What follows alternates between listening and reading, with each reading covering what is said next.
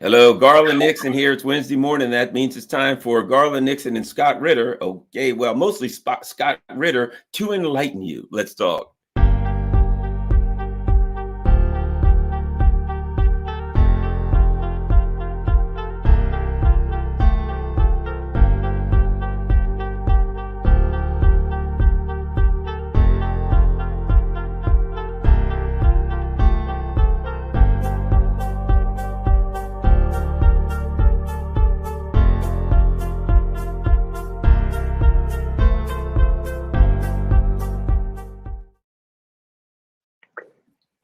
As you can see, I learned a lesson, Scott Ritter, last week when I was in Myrtle Beach. I'm standing in the water and laughing with my daughter, hoping I don't get grabbed by a shark.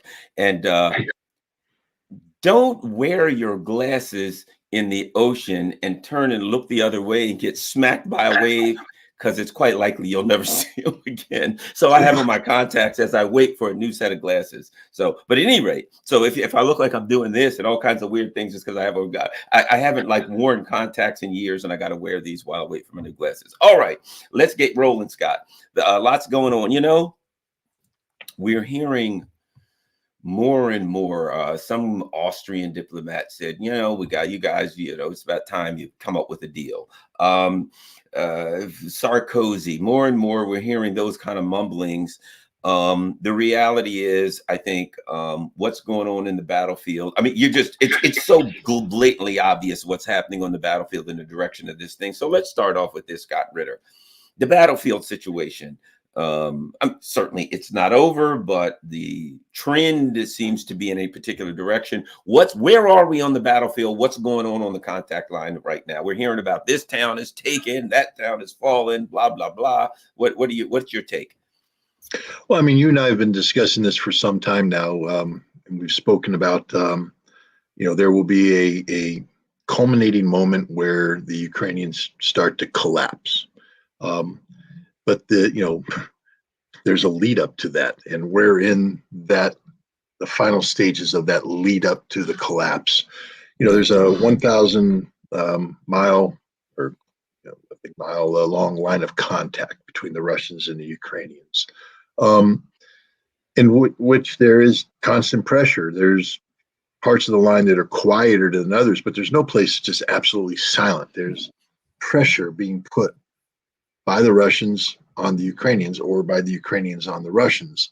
The Ukrainians have said that they want to carry out a counteroffensive to break through a seam that had been identified by NATO in and around the village of Robotyno in Zaporizhia. That's where two regiments of the 42nd Motorized Rifle Division of the Russian Army came together, the 291st and the 70th, and it was deemed that that's the seam.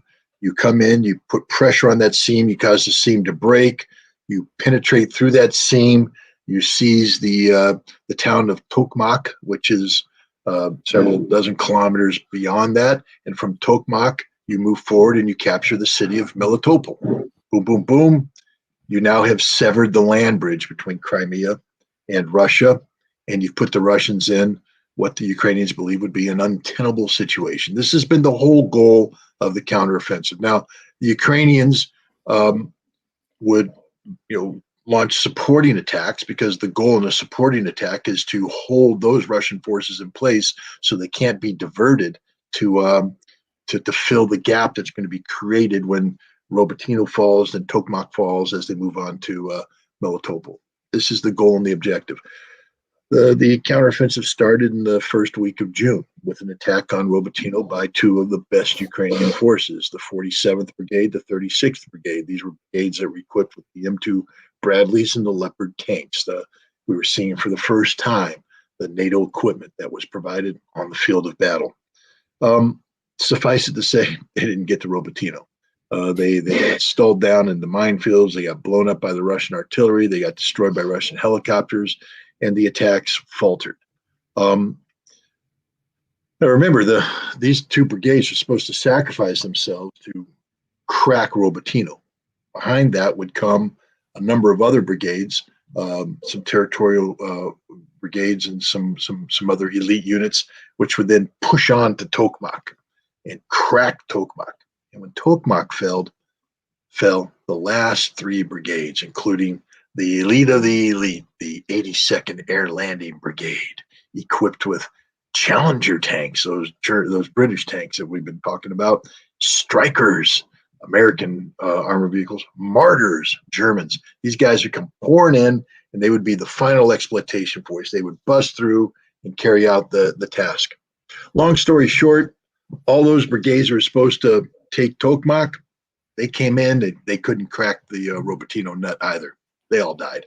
And now the Ukrainians have thrown their strategic reserve, the last 3 brigades, including the 82nd, into the Battle of Robotyno. They scratched and they clawed and they got their fingers into the northern part of the village, and they held on. And now they've been driven out by the Russians, who have pounded them with artillery and counterattacked and all this. The counterattack has failed miserably. But again, what I'm trying to, with that long buildup, is a problem that was supposed to be solved by sacrificing 3 or 4 brigades has consumed about 12 brigades. That's the total size of the Ukrainian counteroffensive force. It has failed. Supporting attacks in the Bakhmut area, we've seen other elite units up there. The 28th Mechanized is something that the Ukrainians are very proud of. This unit. They've been defeated. The 25th Air Landing, it's been defeated. And units have been pulled out of other areas near Odessa. In fact, that's where the 28th came from, out of Odessa, went up there and got plugged in. I liken it to, in Dutch legend, there's the boy on the bike, and he's driving by and he looks at the levee, because Holland, most of it's below sea level. And so they have this whole system of dikes to keep the water out. And he's driving around and he goes, oh my gosh, there's a hole in the dike. So he runs up, puts his finger in the hole. Nope, there's another hole. Puts his finger in the hole. There's another hole. Pulls out his big toe. And the bottom line is, he quickly runs out of the ability to plug the holes, and the holes come in, the dike collapses, the flood goes in. That's where the Ukrainians are right now, because they're out of troops. They got nothing left, and they've been robbing Peter to pay Paul. They're moving the troops around, and they ain't got enough. Up north in the Kupiansk area, the Russians have begun a concerted push against a part of the Ukrainian line that had been stripped bare. And the Russians have broken through. They are threatening to capture Kupiansk. And if Kupiansk falls, and it appears that is going to happen relatively soon, the Russians then will be pushing on towards Kharkov. And, as you expand, when you have a line that's, I'm trying to get the camera this, and it breaks, you balloon through, you get a bulge. You remember the Battle of the Bulge, Kursk in World War II? You have this bulge. Just do a simple exercise. Take a piece of string and go on the straight line. Then try and take that piece of string and expand it around the bulge. You can't. You need a lot more string. Those strings are troops. Now, as the Russians build this bulge heading towards Kharkov, they have a lot of troops available to them to expand that string. Ukraine, which has been stealing pieces of string to go tie in down here, they don't have any string left. So they got little pieces of string, and the Russians are coming in. They have identified the gaps, and they keep expanding. This is what collapse looks like. And so what we're seeing in Kupiansk is the beginning of the end, because as the Russians expand that bubble, that piece of string, their troops are coming in and maintaining a solid line, pressuring the Ukrainians. The Ukrainians don't have enough troops to halt that, to build a solid line of defense. So they're forced to fall back further. It's sort of what happened to the Russians last fall when they didn't have enough troops up there in the Kharkov area, and the Ukrainians came in with 60,000 troops, broke through their lines, forcing the Russians to withdraw. I believe what we're seeing right now is the beginning of a general Ukrainian withdrawal to the Dnieper River. It's going to happen over the course of the next weeks, maybe months. The Russians aren't in the business of needlessly sacrificing Russian troops. The Ukrainians are fully capable of dealing death and destruction on their own. So if the Russians give them the opportunity to kill Russians, the Ukrainians will. So this is going to be a very deliberate process, pushing in, taking advantage of the fact that the Ukrainians are now going to have to steal troops from other sectors. They may have to stop their counteroffensive. in Zaporizhia because it's failed. And they're going to have to move these troops up to plug the holes there. And as they do so, they're going to thin out here. The Russians have 250,000 troops. They have yet to commit to this battle, and they'll start to commit those troops where the troops have been pulled out. They'll punch through. They'll do that bulge thing again. We run into the string problem again, and the Ukrainians are going to be running around with this mobile defense, and eventually this mobile defense will not be sufficient to holding the Russians back, and the Ukrainians are going to have to make the strategic decision to withdraw behind the Dnieper River or lose their entire army. And so I think that that's the direction we're heading. The general collapse on the current front, the Ukrainians withdraw behind the Dnieper River, and then the Russians will be in a decision point there. And we talked about this before. I called it the Odessa pause. I got a lot of trouble when I said that. What do you mean the Russians are going to pause? Guys, what I've been telling you about the string, all right? There's only so much string. Even the Russians with 250,000 troops awaiting in reserve only have so much string. And the Russians learned before that you don't do well when you cut the string and you just put little pieces of string in there and you have gaps, even with the Dnieper River. The Russians will have to regroup. We'll have to ensure that the Dnieper River front is sustained with sufficient troops to prevent any Ukrainian counterattack. And then they'll have to look to pivot. That pivot is going to be a difficult fight down to clear out the Zaporizhia area, to go into Nikolaev and on potentially to Odessa. That's a significant military push there. They don't have the troops for this unless they're willing to take risks. And so, that's what I mean by a pause. The Russians are going to need to get more resources, having pushed the Ukrainians back to the Dnieper River, more resources to complete the task of pushing onto Odessa.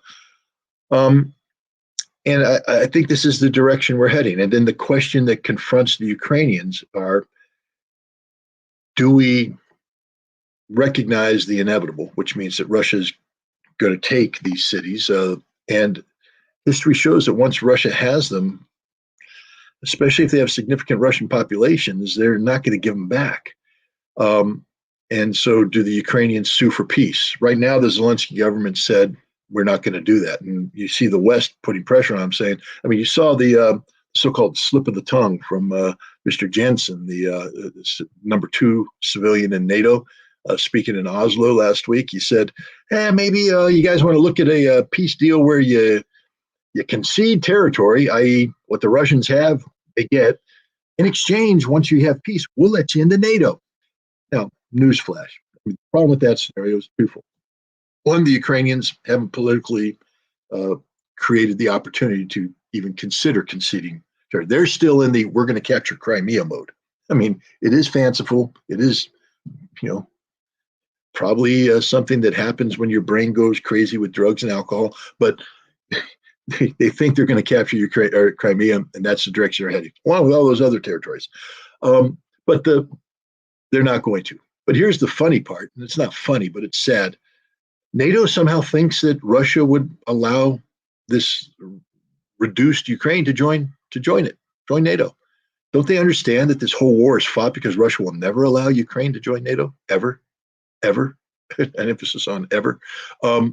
That's simply not going to happen. So, NATO and Europe is still in a trapped in a artificiality, a world of fantasy. Russia's not. Russia's in the business of winning a war, and Russia will eventually dictate the terms of a conflict termination. I've always said that I think that this war is more likely to end with a replay of what happened in Tokyo Bay in September of 1945, unconditional surrender on the battleship Missouri, than a negotiation. But look, if you had asked me, we'd all talked about the peace settlement that could have happened on 1 April. And we knew that there was a peace settlement that had been reached and had been largely agreed to, and then Boris Johnson got him to throw it away. But if you had asked me on 2 April, Scott, what do you think that peace agreement looks like? I will be frank and honest with you. What I would have committed to would not have resembled the reality that existed.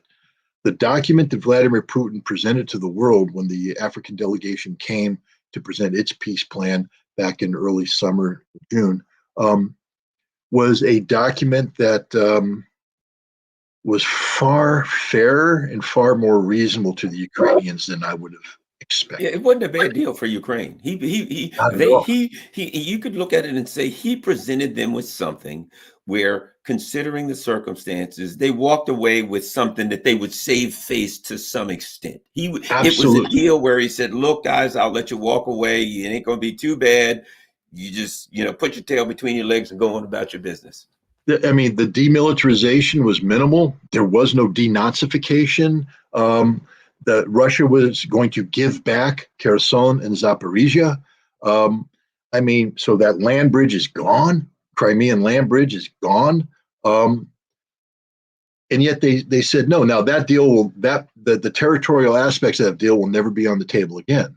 Russia currently defines it. And if I could add something real quick, not to cut you off, and in reality, if in fact Ukraine is going to be a non-military state, the land bridge isn't as important. You know what I mean? If in fact they're not going to be armed, if in fact they're not going to have NATO, if in fact Russia is going to be able to like inspect and make sure no troops, if in fact it was as it was, the land bridge is important if NATO's snooping around there. But if they're not, so you know what I mean? Considering what was offered, it would have worked for everybody. But go ahead. No, it would. It was a very very fair deal. One that even I, who try to be a reasonable person, I couldn't have imagined it back then. I'm being dead honest. That had I written down what I thought would have been a fair deal, Putin's deal was 10 times fair. Um, so when I sit here and say about Tokyo Bay and all that, again, I could be dead wrong. I'm probably dead wrong. The Russians probably have a far fairer outcome. Imagine because I had an interesting conversation with Vladimir Solovyov. He's head of the Solovyov media group, and he's a much hated person here in the West. They call him a Russian propagandist, and indeed, even in Russia, there's a lot of people who view him as too hard line, and but there's millions of Russians that think this guy's okay. But when I talked to him, I asked him a question because he's met Vladimir Putin. I mean, he sat down and I said, "What kind of leader is this guy?" And he said some things that were pretty interesting. He said that Putin's a listener, that Putin listens, that the number one goal and objective of Vladimir Putin isn't Vladimir Putin. It's Russia and the Russian people. That everything he does is designed to benefit the Russian nation and the Russian people. And this is an amazing thing because and I know in the United States, things are done because if you don't do it, it makes you look bad. It makes you look weak. It makes you so we tend to mirror image that onto Putin and say, well, he would never give a soft response. You could because look at the Wagner thing. I'm as guilty as this as everybody. I said that's treason. Put the dogs up against the wall and shoot them. That's what you do. Because if you don't, you look weak. But Putin's sitting there going, I don't care about me looking weak. What I care about is that if I put them up against the wall and shoot them, there could be a civil war that could And disrupt. add one other thing. He's extremely practical because here's the other part he looked at. I still need him in Africa. You know what I mean? So there's the practical. Putin's extremely practical. Well, there's a little bit of an aggravation here, but they could cause problems. And I still need him in Africa. This is still a valuable tool. He still uses Prigozhin. You know what I mean? So he sits there and he just takes the practical. Right. Yeah, exactly. And in the West, we run the headlines, Putin's weak behavior with Wagner exposes fractures in Kremlin leadership. And Vladimir Putin has lost face with this. Meanwhile, Putin's just sitting there going, no, we're stronger than we've ever been because I avoided the pitfalls of allowing personal narcissism to impact national security. And I would imagine that if the opportunity came to bring an end to this conflict that met Russia's greater good, that Putin would do it, even if it made him look bad. So this is, again, is the pitfalls of the West not knowing anything about Russia, how Russian leadership operates, not understanding Vladimir Putin. And again, not to beat a dead horse, but this is why it's important to have conversations with people like Vladimir Solovyov and other Russian voices, because whether you agree with them or not, if you're an intellectually capable human being, you want to hear what they have to say because they have insights, they have experiences, they have knowledge about the reality of Russia. Russia can't be what we decide it to be by picking and choosing, by sitting there and saying, what makes me feel good? I mean, if you go to Russia, you can't say that Russia is this part of the tour that I liked or this part of the tour I liked. Russia is the whole damn tour, whether you like it or not. That's the whole tour. And if you want to say, I've been to Russia, you need to see all of Russia. And if you want to say, I understand Russians, you need to hear all Russians, especially people like Solovyov, who have such a big platform. You know, he's not a fringe player. He's not a minor character. This is a guy that is extraordinarily influential in Russia. And so, hey, guys, I don't care if you don't like him or not, listen to him because you have to. You have to listen to him. And if you do listen to him, he has invaluable insights, such as Vladimir Putin isn't doing anything to make Vladimir Putin look good. Vladimir Putin is doing everything to the benefit of Russia and the Russian people. And we have to think about that when it comes to potential solutions, because we oftentimes blind ourselves to what's good for us. You know, and Biden going into, here's the classic, Biden going into the 2024 election can't afford to be seen as weak. So he will do things that screw the entire American nation just so he looks good. Well, and that's an accurate statement. That's accurate for any American politician. You can't find me a single American politician who doesn't have a chief of staff whispering in his ear, hey, boss, if you do this, it's not going to look good in the polls. Oh my God, the polls. Therefore, I will put my personal ambition ahead of the collective good of the nation. Whereas Vladimir Putin's like, I don't care about polls. What I care about is will this decision hurt or harm the Russian nation? How will the Russian nation benefit from this? And it's a mode of thinking that we don't understand in the West. And because we don't understand it, we give it short shrift. Because people say, I mean, I can guarantee you right now, I don't know what your comment section looks like because I stopped reading comments, but I guarantee there's people there, you're a shill for Putin. How many rubles did he pay you to say that, Ritter? You know, I mean, on and on and on. But the people that say it because they don't have an argument. They can't come back at it because it confuses them, because it scares them, because it exposes their ignorance. And here's the other thing. If you think that Vladimir Putin is influenced by your comments section, you don't know Russia. The reason why Russia is winning right now is because Russia has been singularly focused on doing what's best for Russia and the Russian nation. One of the reasons why Ukraine is losing, in addition to just being on the wrong side of history and because their ideology supports, you know, an idiot like Stepan Bandera, is that the help they're getting from the West isn't designed to help Ukraine. It's designed to look good for the West politically. F-16s are an example of that. I hope everybody understands that the F-16s that are being provided to Ukraine have reached the end of their operationally useful life. That these are aircraft that were built in the 1970s, 80s, early 90s, that had to already go through what's called a midlife upgrade, MLU, that took place in the late 1990s, designed to extend their lifespan by 5,000 flight hours. That's 23, 24, 25 years ago. Those 5,000 hours have been eaten up. And the only reason why the Netherlands and the Danes are giving them these aircraft now is that you can't fly them anymore because they're old. They're no longer safe to fly. No Netherlands politician could legally tell the Dutch Air Force to fly these airplanes anymore because they can't be certified. So and then we're giving them broken airplanes. Yay, us. But we're doing it in a way that says, look, we're helping the Ukrainians. But what we're really doing is having politicians trying to score political points at home saying, look what I'm doing for the Ukrainians. You see the difference there? Fake help versus real help, fake policy versus real policy.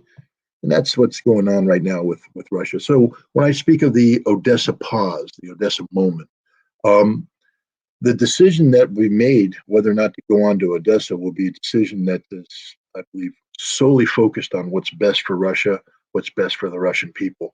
And Vladimir Putin isn't going to be swept up in the emotion of the moment. I'm sure there's going to be a lot of people screaming, "You're going to take Odessa and everything. Russia, it's a Russian city. It's this." Hey, for all the people that say that, understand Putin was willing to let Odessa remain Ukrainian in the 1 April 2022 peace agreement.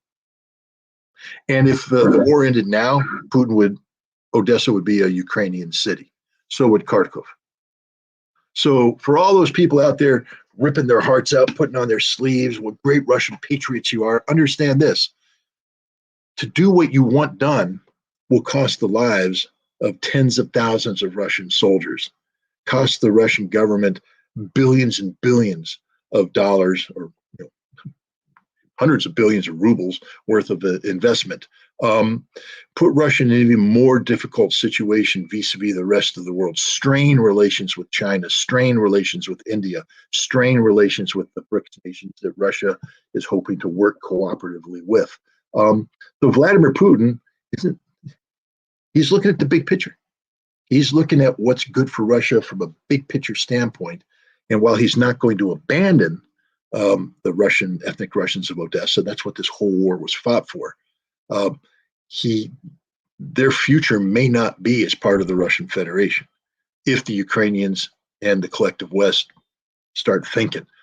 But if they don't, if they continue down this suicidal path, and here's the interesting thing: the reason why I put up this book is, it's a history of Stepan Bandera and the Banderist movement. Yesterday, I did something I probably shouldn't have done. I took a road to Ellenville, New York, and I visited the Bandera camp.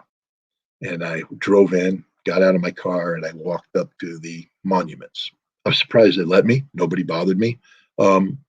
Just to stare the statue of Stepan Bandera, in the face, and stare Roman Shukovich, and stare Petluri, and stare the whole concept in the face, because I wanted to understand more why this exists in America today. Why can we allow this to exist in America? I'm all about free speech, but it's existing unquestioned. There's no demonstrations outside the camp. I think if the KKK, suddenly said, "Hey man, we're going to put a KKK camp in Del Mar, New York, where we're going to burn crosses and we're going to do all this stuff," free speech says they can do it, but I can guarantee you that the place would be surrounded by demonstrators saying, "KKK go home, no KKK here, da da da da da."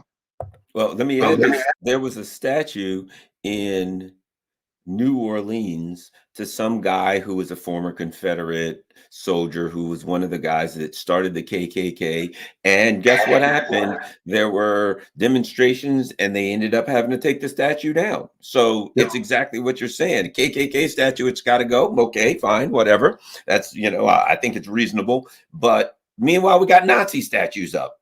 The Bandera statue, and it's the movement there. Just this summer, they hosted the scouting program. They all wear the brown uniforms that are direct descendants of Hitler Youth uniforms. They carry banners with Nazi symbology on them. And here's are you saying they do this in Ellenville? Yeah, in the camp. In Ellenville, yeah. Wow.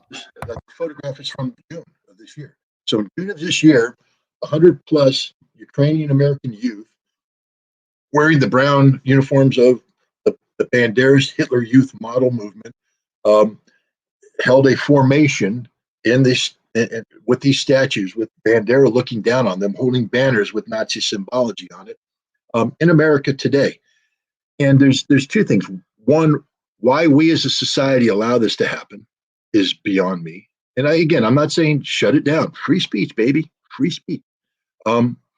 But why aren't we protesting it like we would a KKK statue?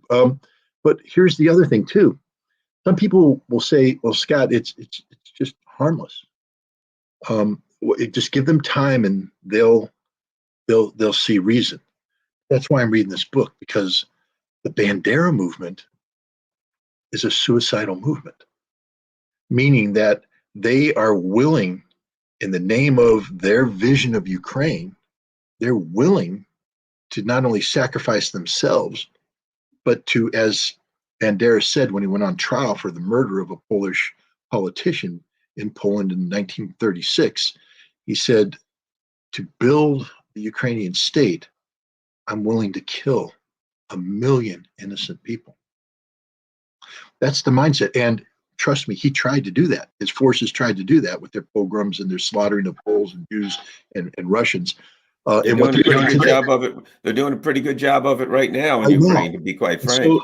so for us to be indifferent about this, and remember, U.S. Congress invited Azov members into the People's House. These are Nazis, clearly Nazis. They admit being Nazis. They just pretend. They actually auctioned off patches from the Azov that have the Nazi symbology on it. Same symbology on the, by the way, on the banner held by these Bandera youth in Congress to raise money. We as a people have got to understand who we're dealing with. We can't allow the pro Bandera elements to rewrite. Because I get this even from my friends who are educated people. Come on, Scott, that's the Soviet version of Bandera. He's really a Ukrainian nationalist, and we all understand what you're for your Ukrainian nationalist, and you're stuck between Nazi Germany and Soviet Russia, and then you got the Poles, the nationalist Poles. I mean, you're going to have to do some pretty awful things in order to survive as a nation. Otherwise, you'll be crushed and destroyed. Yeah, but you don't chase Jewish women down the streets of Lvov, ripping their clothes off, mocking them naked, and before gutting them in front of people. And that's what the Banderas do. You don't take a village of several hundred old women and children, jam them into a farm, burn it while you shout Slava Ukraini. There's just so many things you don't do if you want to be a viable nation state. The Ukrainian nation state that is built upon the ideology of Bandera is a state of murderers, of rapists, of the most corrupt human beings imaginable. And yet we invited them into the U.S. Congress. Nancy Pelosi shouted out Slava Ukraina, holding up the banner signed by these Azov Nazis. You know, Joe Biden. They did it in 2014. They put a bunch of people in the trade unions. I believe it was in, what was it, May in 2014 in Odessa, where they did, to show that it's not something that happened back then because the Soviet Union was oppressing them and things of that nature. They did it again, where they just put a bunch of people who are unhappy with the fascist coup, and they chased them all into this trade union hall and burned them alive. And if somebody tried to escape, they would shoot them. So it's not, this is not something from way history or whatever. They do it now. Why do you think, when people talk about Mariupol, today Americans, because again, apologies to the people I'm about to insult, but the Americans are really collectively the dumbest people in the world about the world we live in. But we don't know anything about this world. We tend to because we're Americans, but we don't. We're looking at anything but the reality of the world. We study Mariupol today because of the Russian atrocities. The Russians came in, and those brave Azov defenders dug into the Azov stall factory, held out for so long. Slava Ukraina, baby. But the Azov defenders that were there, why they're called Azov? Because they weren't born in Mariupol. Azov is the Azov Sea, the Sea of Azov, right there, right at the water. Mariupol's a port city. They're from Kharkov. They're actually part of a soccer club, a right-wing neo-Nazi soccer club. They're thugs. They're hooligans. That's the Kharkov Soccer Club, and that was the heart of this. They then went up to Kiev, participated in the Maidan, and when I say participated in, it wasn't the demonstrations. They murdered people. They burned people to death. Their whole job was to incite violence. And then they moved down to Odessa. It's the same thing, the Kharkov Soccer Club that burned the people to death in Odessa. There's a Ukrainian politician right now. He has a Twitter account. I troll him on a regular basis just because he's scum of the earth and he deserves to be trolled. But in the United States, we say, well, he's just an upstanding member of the parliament, a young, democracy-aligned person. During the burning of the Odessa thing, he was there And he went up to the bodies and kicked them of women that came out of the building, kicked them to make sure they're dead. Just kick them, make sure they're dead. He's a politician that America says this. No, he's the living manifestation of why Banderist ideology must be stricken from the face of the earth and treated like the evil scourge that it is. It is the same thing as the ideology that infected Nazi Germany. Same concept, same roots, same sickness, but he's allowed to function. But these guys then tried to go into Crimea. People say, Putin, the little green men went into Crimea and stole it from the Ukraine. You guys understand that the Kharkov Soccer Club, murderous thugs that they are, after burning 48 Russians to death in the trade union building in Odessa, then started to move to Crimea, and they want to do the same thing in the various Crimean cities. The Russians had a problem because Putin's like, I can't send my troops in because constitutionally I can't. So they did what they did. The little green men. That's the birth of Wagner, by the way, came from that because a guy named Dmitry Utkin created a force of irregulars wearing green Russian uniforms. They came in, seized things, created the conditions so that the Russians could take over Crimea. Then they went on to Lugansk to fight against these Kharkov Soccer Club that then went to Mariupol. And in Mariupol, we're talking about the rape of Mariupol. They went in there, and the Ukrainians, the Russians and the Ukrainians fought back hard. But then the Ukrainian army came in, and I don't know if you've seen the footage of how they came in, literally having their tanks burst through the roadblocks, running over people, shooting people, and the destruction of Mariupol began. The militia units came in, tried to fight the Ukrainian army, bloody fighting. They had to withdraw. Mariupol was a Russian city populated by ethnic Russians who were then butchered and slaughtered and raped and driven out into the rest of Donetsk and Lugansk. And finally, through groups like Utkin's group and other paramilitaries, they were able to work with the locals to, Khodakovsky was a member of Ukrainian special forces fighting for Lukashenko. Not Lukashenko, I'm sorry, Yanukovych. A lot of these, he's Ukrainian, he's not Russian. And basically they all said, Viktor Yanukovych, our president, that's what we voted for. And these Nazi thugs have overthrown him. And so they said, we're fighting a war not of separation. We're fighting to defend constitutional order. And that's one way you have to look at Lugansk and Donetsk, because initially what they wanted was they don't want to be part of the Nazis. They just want to have Yanukovych, but Yanukovych fled. So they said, well, then we're going to be our own place, but we're not going to be part of the Nazis. And that was the beginning of what led to the conflict that led to the Minsk Accords, et cetera. But this is Banderist ideology. Anyways, the Kharkov Minsk Club, once they took Mariupol, they created the Azov Regiment, which is a Nazi unit. They literally are Nazis to the core. They've embraced everything about the Nazis. And they're not the only one. There's Idar, there's Kraken, there's a whole host of Nazi units that have been mainstreamed into this, to the point that the 82nd Air Landing Brigade, that elite strategic reserve, when they were trained in England, that when they graduated, they sang a song in honor of Stepan Bandera on British soil. That's what they do. That's who they are. This is why we have to know about this. This is why I went to Ellenville. This is why I stared evil in the face. And this is why I will continue to speak out against the continuation and facilitation of Banderist ideology on American soil. We need to know how bad this man is. We need to know how it has infected Ukrainian society today. And we need to know why it is so wrong for us to provide taxpayer money in support of a Nazi regime in Ukraine. We get sort of confused because we have people saying they're democratic just like we are. They're not. It's not a democratic society. It's a dictatorship taking place there right now. We say that they believe in the same things we do. Hopefully not. I'd like to believe that we don't believe in the butchering of Jews, the slaughter of Poles. The Poles have sort of an interesting position right now because I'm again, I just refamiliarized myself with the Volyn massacres that took place in 1943, 1944, the slaughter of 110 to 150,000 Poles by Banderists who did this. The Ukrainians won't apologize for this.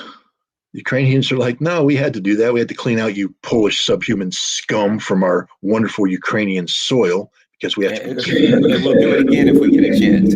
Bingo! And for all the Jews out there who say, Zelensky's a Jew, how could this possibly? Guys, read the book. Read the book. They hate Jews with a passion. They will butcher you. They will burn you. They will gut you. Zelensky is just a figure that's being used. Study the concentration camps and look at something I call the capo. It's not what I call, it's what is. The capo. It's the Jewish collaborator who gets all the extra fringe benefits from the Nazis for helping facilitate the murder of his fellow Jews to keep order in the camp. Zelensky is a modern day capo. That's it. That's all he is. He is the face that brings in the money that allows the Banderas to take over. When Zelensky's time is up, they will slit his throat like they slit the throat of every other Jew in Ukraine. They hate Jews.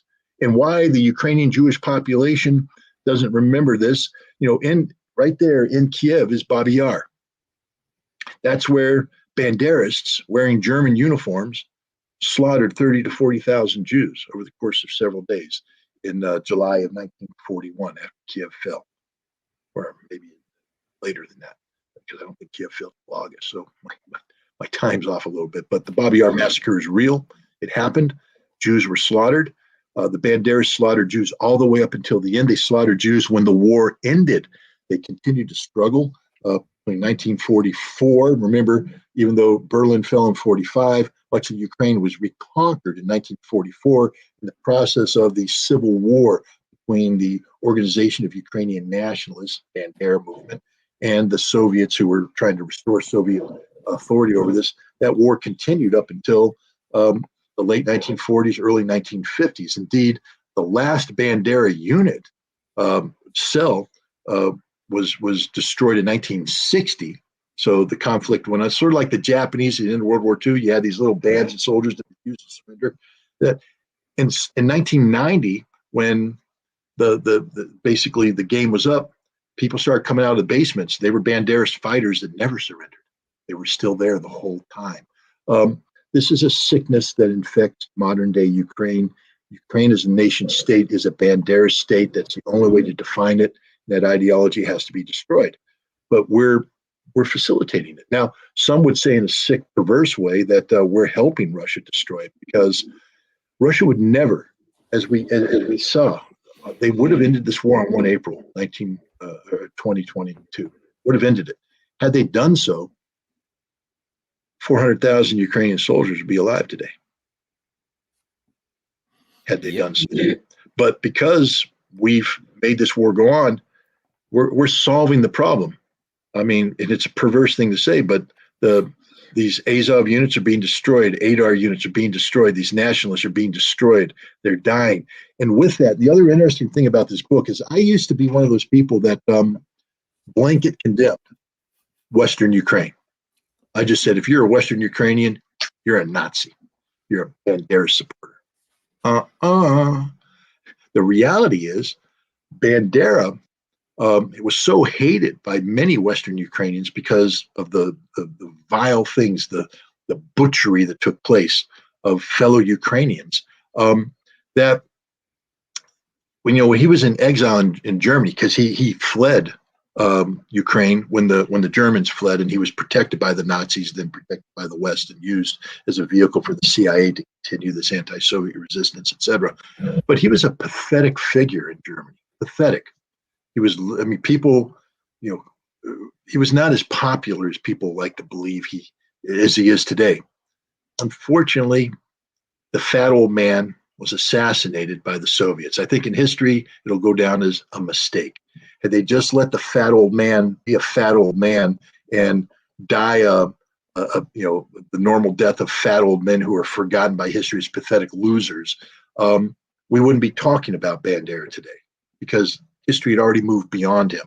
He was recognized by virtually everybody as a murderous piece of scum. But instead, the Soviets killed him and turned him into a martyr. And from his death began the re-envisioning, the reimagining of Bandera, the glorification of Bandera. And suddenly, it became a thing amongst the Ukrainians. And it's just the sad reality. But the fact is, most Western Ukrainians don't worship Bandera. And this, I am being educated. I used to put that paintbrush across everybody and say, you're all Banderists. The fact of the matter is, the vast majority of West Ukrainians don't support this guy. That the Banderist movement is still very much a violent minority that uses fear and intimidation as a tactic to control. And they do that in Western Ukraine as they did in Eastern Ukraine. And there's a good chance that if the Russians can slaughter, I know people are going to say, man, you're bloodthirsty, but rabid dogs need to be put down. Kill this core element of the Banderist movement. Force the remaining survivors into exile. I actually think that Western Ukraine would emerge. There's a lot of people talking about civil war and insurrection and all that. From what I'm reading, Bandera is not a well-loved figure in the vast majority of Western Ukraine, and that given the opportunity of peace and stability versus a continuation of, because they've already done it, and it wasn't that long ago. There's people that still remember what happened in 1944 until 1955, and they remember the death and destruction that was entailed. They don't want to repeat that, and yet that's the future of Western Ukraine. Should they go into a Banderist type insurgency in any post-conflict situation? So I'm by studying this issue, I'm doubling down on my hatred for Banderist ideology and anybody who supports them. But I'm becoming more educated on what a potential solution could look like. And I'm more optimistic that Western Ukraine isn't automatically going to be written off by the Russians. That the fact of the matter is, the majority of Western Ukrainians are rational human beings who want peace, just like everybody else, and they don't buy into this Banderist ideology. They never did. That's why so many of them were killed by Banderists back in that time. When you look at the people he killed, everybody talks about the 110,000 Poles he killed. Everybody talks about the Russians he killed. He killed 200,000 Ukrainians. Now, many of them were Eastern Ukrainians who were transplanted into the West, but a lot of them were Western Ukrainians who were saying, we just don't want to have anything to do with you. And so he went into the villages, he slaughtered them. His followers did that. This is a horrible human being. The ideology is disgusting, and it should be condemned with every essence of our fiber. Again, a few minutes left. I did want to ask you about Poland. What we heard for a while was, Poland, they're gearing up to go in there and fight the Ruskies. And, people, they're going to, they got 150,000 troops. They're going to go in and give the Russians, what for, why not, and don't do it again. People were concerned. And you said, that's not happening. They don't have the horsepower for that. Okay. I think October they got an election, their party in power. And I have a friend who went to Poland, was there for a month or so, that said, Garland, I talked to the people in Poland and they ain't thrilled about confrontation with us. They don't want to fight. The people in Poland are not aligned with this government of theirs. The party in power is in danger of losing power in Poland. They ain't talking about scrapping with the Russians anymore. Of course, Putin recently said, if anybody attacks Belarus, we'll nuke them. We'll treat them just like they treat you. Don't touch Belarus. What are your thoughts of what's happening with Poland? And let me add this: we're hearing less and less of, NATO's wants to join in. NATO's they're going to send troops. That we're saying here. That stuff is starting to. That talk is starting to subside. Your thoughts on Poland and all of that business? Look, it's what we said before. We have to deal with reality, and in the case of Poland, reality bites. So the reality is their military is pathetic. They can't fight. It doesn't matter how many fancy South Korean tanks you buy, and it's basically an Abrams knockoff, and the first ones are arriving. The Polish army is incapable of carrying out large-scale offensive ground combat operations. So why even entertain the rumors? I just dismiss them. People are like, well, Poland could move in. No, they can't. What do you mean? They can't. They literally can't. They can't do it. They would defeat themselves by doing it. The mere act of moving forward will logistically fall apart before they even make contact with the Russians. So let's stop this nonsense whatsoever. And the same thing with the United States and NATO. the American troops. I'm just going to double down on it again. We can't fight and win a war against Russia today. The troops we have in Europe are incapable of large scale ground combat. Incapable. And I used to say it was about just the size of just don't have sufficient forces. But I respect the capabilities of the troops. I'm starting to lose respect for the U.S. Army and its capabilities altogether. I mean, when you're starting to recruit soldiers that you have to give calculators to pass the ASVAB, it means you're recruiting idiots. And yeah, but they make sure that they don't misgender any of the soldiers. I didn't even want to go down that path. But that seems to be the big thing now. But go ahead, Scott. Sorry, I couldn't resist. No, I mean, but it's true. Look, I am as American as it gets, and what I mean by that is I believe in equality. Equality is wonderful, and I believe that everybody should be given the opportunity. Nobody should be prejudiced against. But the military is not supposed to be a mirror image of society. Equality does not equate to lethality, and lethality is the only thing that counts in the military. What makes the unit more efficient at killing the bad guys? That's it. I will tell you right now, by doing what we've done in terms of diversity in the military, we have a less lethal force today. And our force today is so non-lethal that we won't even survive momentarily on the battlefield. Our soldiers don't know how to fight anymore. Not this kind of fight. Not at all. They will break, they will run, they will die. And I'm sorry if I've insulted colonels, lieutenant colonels, and majors. Prove me wrong.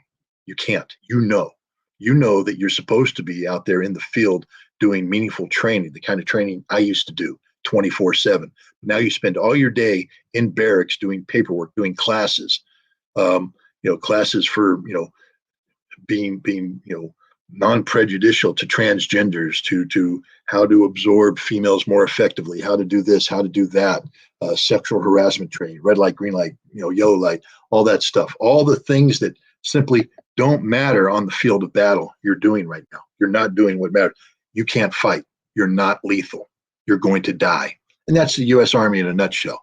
The Marine Corps less so, but still, the Marine Corps was compelled to integrate, and the Marine Corps warned the American people about this. They said, when you do this, two things will happen. We will become less lethal, and we will also be more inclined to take casualties. So more of us are going to be killed, and we're going to kill less of the enemy. And on the battlefield, that's just not the kind of math you want. The math you want is fewer of us being killed, more of the enemy being killed. But the direction we're heading with all this diversity and everything is we're going to have more people killed and we're going to kill less of them. That's how you lose wars. And we're in the direction of losing wars.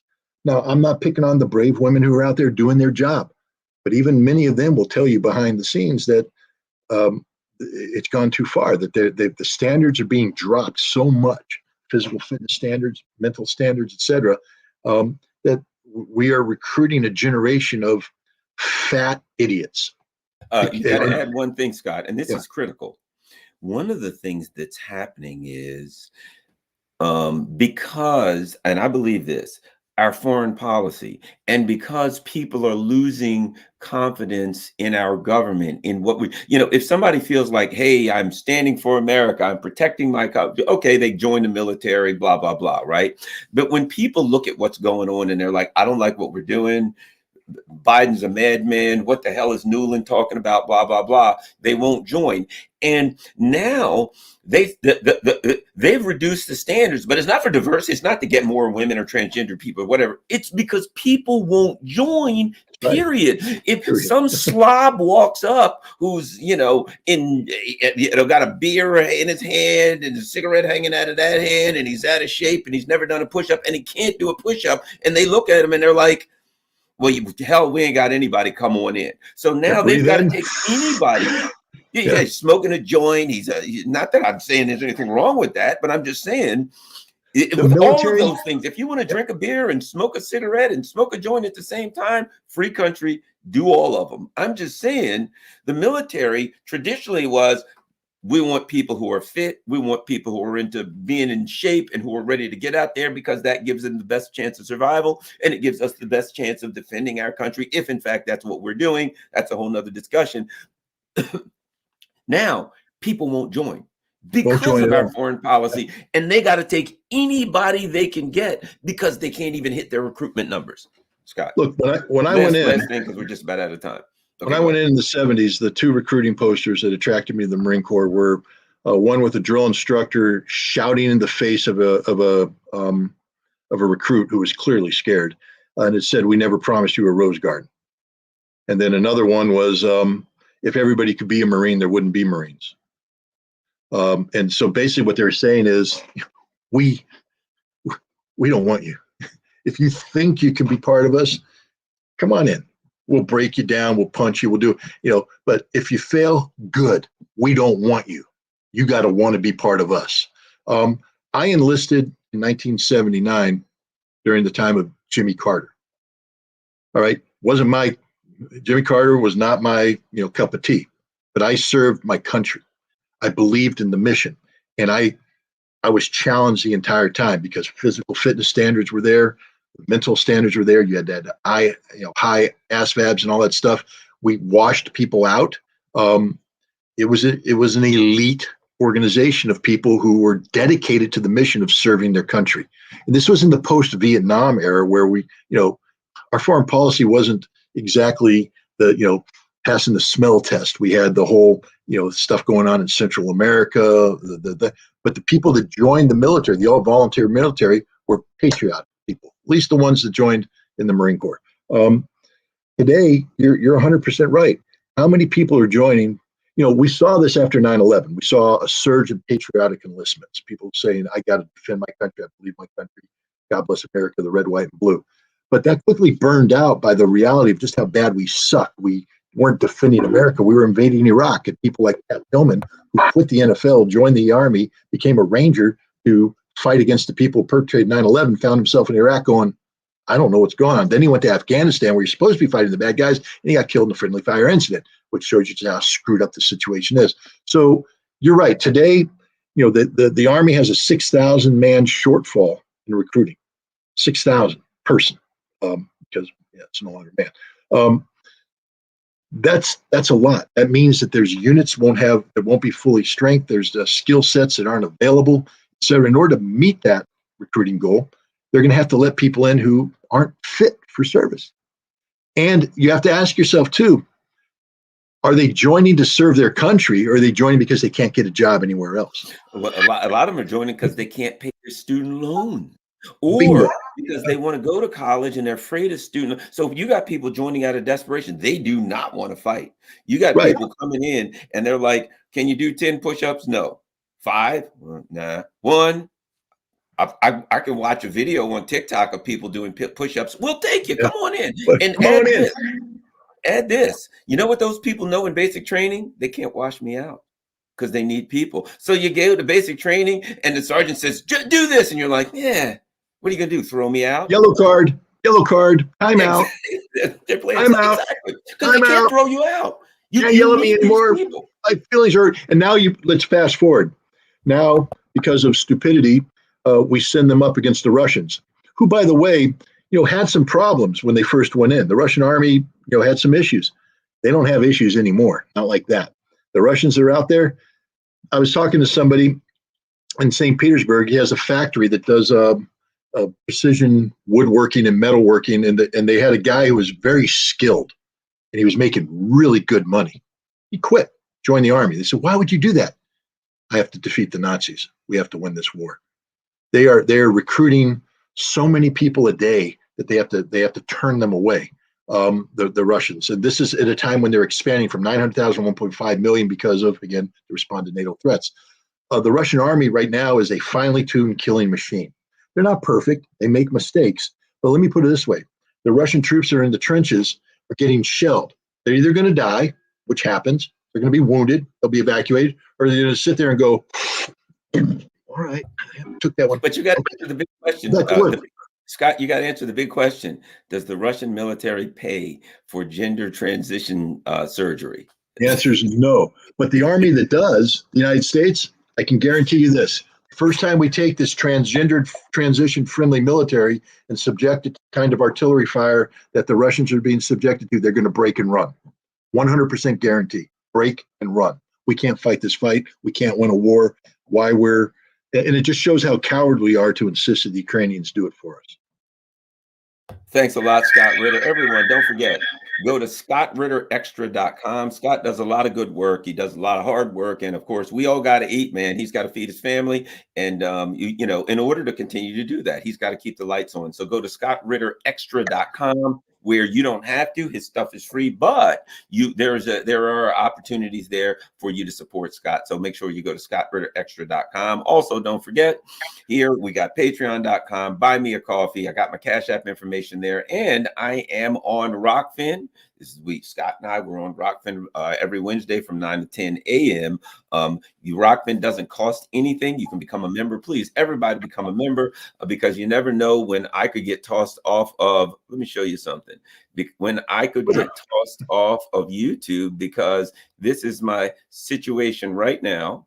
Let me see if this is my situation right now on X or Twitter or whatever it is. I am suspended, locked, whatever, and no explanation, nothing. Just, oh yeah, there could possibly have been some miscreant activity on your you know, on your, you know, the deal, Scott. There could something have, we don't, whatever, you're out of here. So my account is still there, but I can't access it. That could happen any day on YouTube. So go to rockfin.com/Garland to become a member. It doesn't cost anything. And if you can afford it on Rockfin, $14.99 a month will make you a subscriber, which will, you know, help to support the channel if you can do that. ScottRitterExtra.com, rockfin.com/Garland.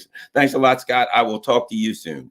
Okay, thanks. And everyone, have a great day. I don't have a chance to go over questions and super chats because I got to run off to work, but thanks a lot. We're out.